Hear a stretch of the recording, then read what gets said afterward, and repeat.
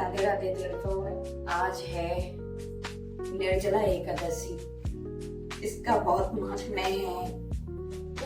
ये जेठ मास के शुक्ल पक्ष की एकादशी को ये व्रत किया जाता है। यह व्रत बहुत ही सर्वोत्तम है और इसके विषय में जितनी ही तुलना की जाए वो सब कम है, क्योंकि अगर आप लोग कोई व्रत नहीं करते हैं, ऐसी होती है आप नहीं कर पा रहे हैं, असमर्थ हैं, तो जो ये निर्जला एकादशी है इसका आप व्रत करेंगे तो सब एकादशियों का फल आपको प्राप्त होगा।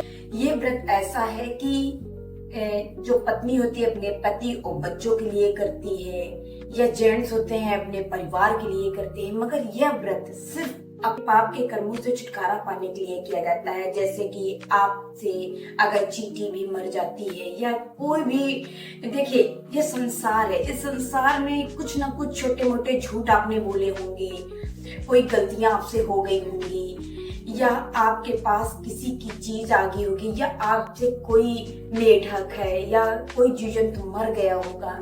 यानी देखिए छोटी छोटी बातें ही बहुत बड़ी बनती हैं, जिसको कहते हैं छोटे छोटे, यानी कि ये सब पाप ही बड़े बन जाते हैं।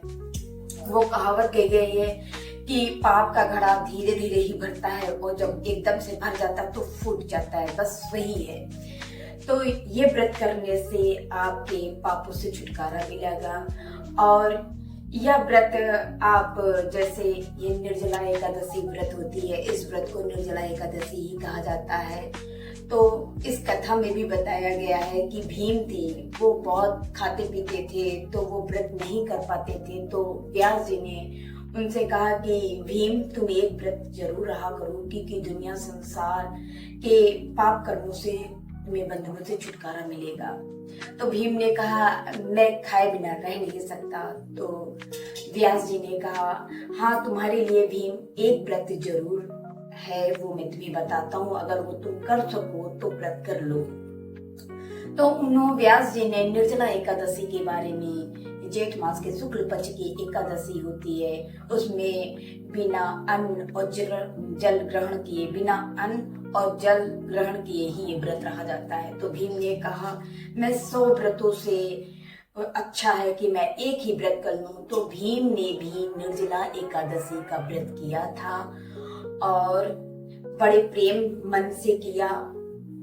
जो इंसान खाए बिना नहीं रह सकता था, वो इंसान ने जब निर्जला एकादशी का व्रत किया, भीम ने किया, तो आप लोग भी कर सकते हैं। देखिए अगर आप साल भर में व्रत जितने भी रहिए, प्रदोष है और सोमवार है, बृहस्पति है और मंगलवार है, मगर आप उन सब में ये एक व्रत कर लेते हैं तो सभी का फलों का व्रत इस एक व्रत को करने से आपको प्राप्त होगा।